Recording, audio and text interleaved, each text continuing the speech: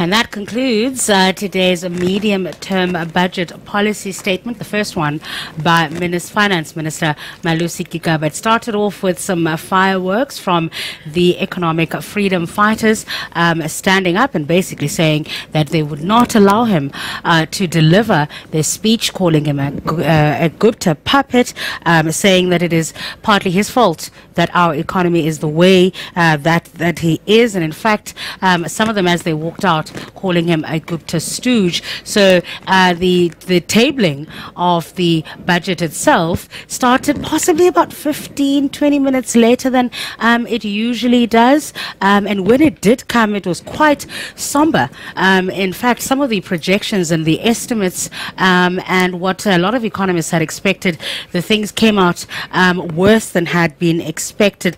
We're seeing a budget deficit that is ballooning. The expenditure ceiling is going to be breached, and in fact, we're going to be, the minister seemed to defer quite a lot of the decision making and some of the decisions to next year's budget in February. So lots of things in there to unpack and talk about.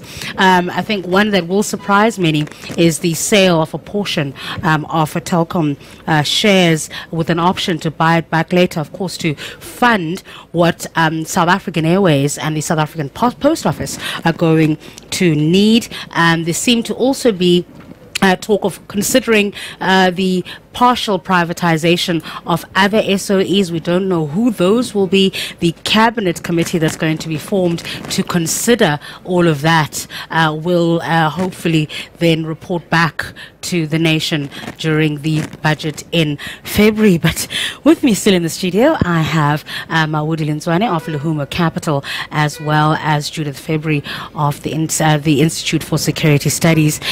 Wow. It started off with the minister basically saying we need to tell the truth. We need to be quite cogent and be honest about the shortcomings that we face as a country. Do you feel that this budget did that it told us the truth, Judith, about the state of our economy?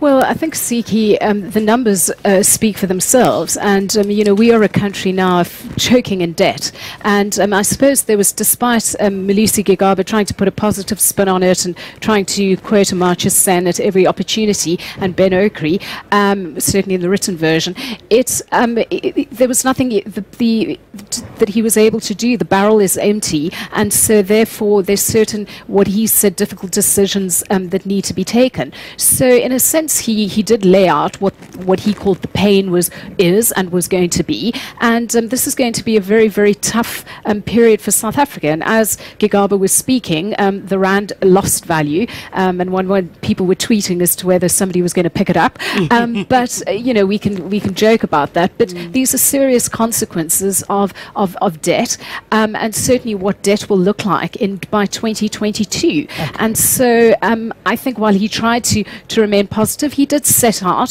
what the issues were, and the situation is dire. There's no other way to put it. And I do want to get from both of you whether you think he did rise to the occasion, whether he took decisions or he deferred them. But before we do that, we promised you reaction from the political parties.